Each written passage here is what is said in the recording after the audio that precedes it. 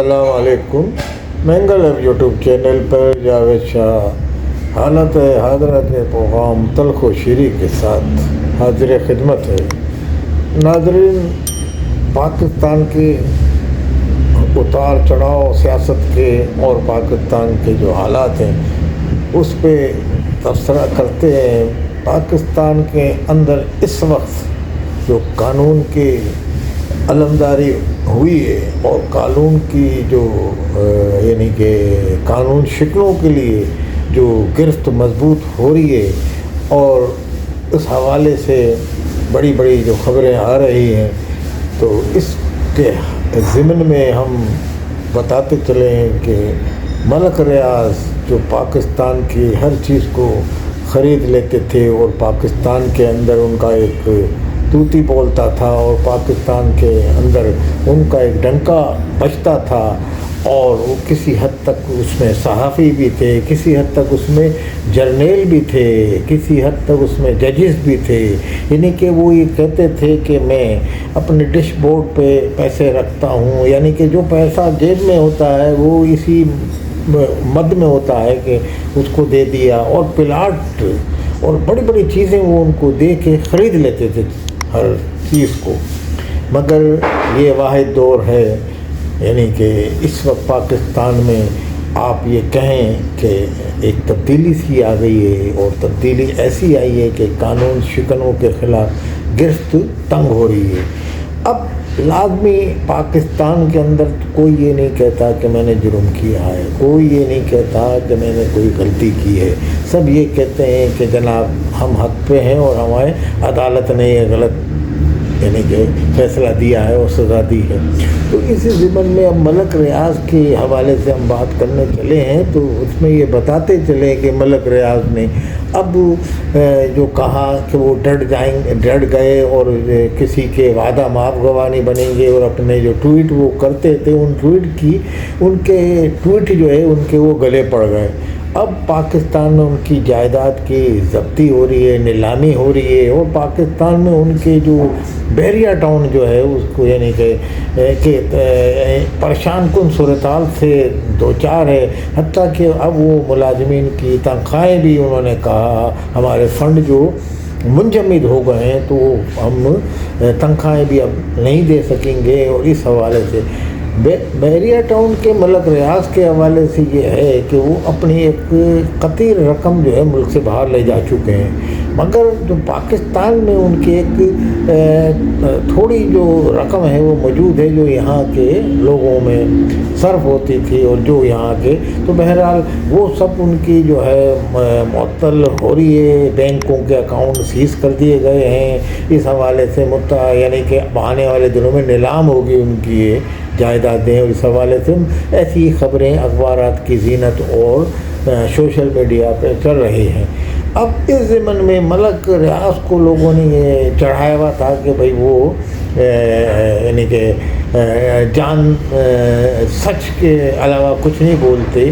پاکستان میں انہوں نے آج تک سارے سچے کام کیے ہیں اور کوئی جعلی کام نہیں کیا. پاکستان میں انہوں نے نہ کہیں زمین انہیں ضبط کی، نہ ملک ریاض کا پاکستان کے اندر کوئی ایسی جگہ نہیں تھی جہاں وہ جائے اور اس کو وہ جگہ نہ ملے. ملک ریاض ایسے کراچی ہو، صوبہ سندھ ہو، کوئی سیاستداں، حتیٰ کہ مجھے یاد ہے کہ ماضی میں یعنی کہ ایم کیو والوں نے جب ان کے اوپر تھوڑا سا وہ کیا تو انہوں نے کہا حیدرآباد کی یونیورسٹی، اور ان کے یہ جعلی کام اور جعلی ہوتے تھے وہ ایک قانونی شکل اختیار کر جاتے تھے، اور ان کے ساتھ بڑے بڑے یعنی کہ ریٹائرڈ ججز اور جرنیل کرنیل سب لوگ ہوتے تھے. اب یہ صورتحال یہ موجودہ فیلڈ مارشل عاصم منیر کے زمانے میں پیدا ہو گئی ہے کہ ان کی کوئی سنوائی نہیں ہو رہی. اور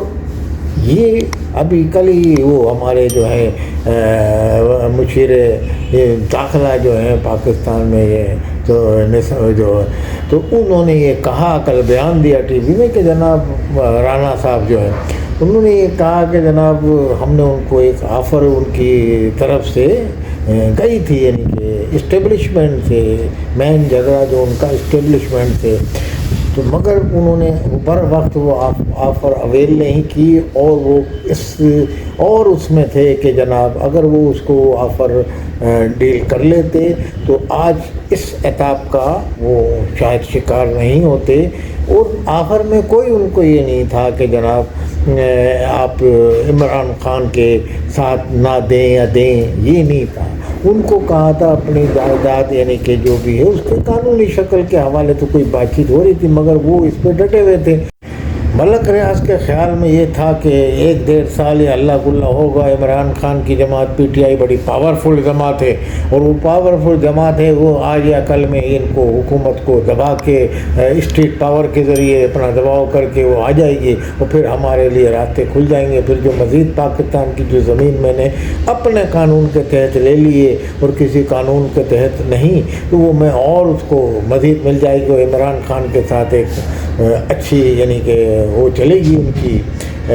گڈ ڈیل۔ مگر ایسا ممکن نہیں ہو سکا۔ عمران خان کی جو پی ٹی آئی ہے اس کے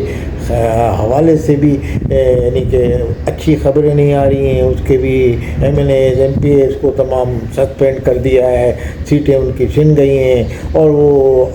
ججز کا بھی یعنی کہ 26ویں ترمیم کے بعد ان کی عدالتوں کا مزاج بدل گیا ہے۔ بہرحال وہ عدالتوں میں اپیلیں تو کر رہے ہیں، مگر گزشتہ دنوں انہوں نے جو اپنا آخری ابھی کل ٹویٹ بھیجا ہے، تو اس ٹویٹ میں ان کی معذرت خانہ رویہ ہے، اور اس میں وہ کہہ رہے ہیں کہ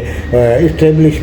جس کو مقتدر حلقوں کے حوالے سے انہوں نے کہا ہے کہ میں مذاکرات کرنے کو تیار ہوں، یہ کاروبار کو تباہی سے دو چار نہ کریں، اس سے پاکستان کو نقصان ہوگا، یہ ہوگا وہ ہوگا۔ انہوں نے تمام اپنی اس میں تعویلیں پیش کر دی ہیں، جو کہ ان کو پہلے اس بارے میں سوچنا چاہیے تھا، مگر پہلے وہ یہ سوچ رہے تھے کہ شاید آج یا کل میں حکومت کو دبانے میں